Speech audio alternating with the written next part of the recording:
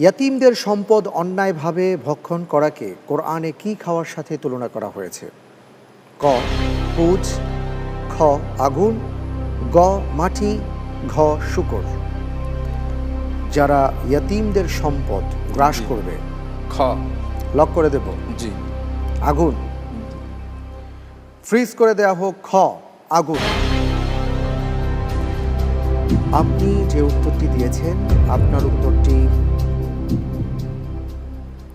সঠিক হয়েছে। আলহামদুলিল্লাহ। মাশাআল্লাহ, চমৎকার।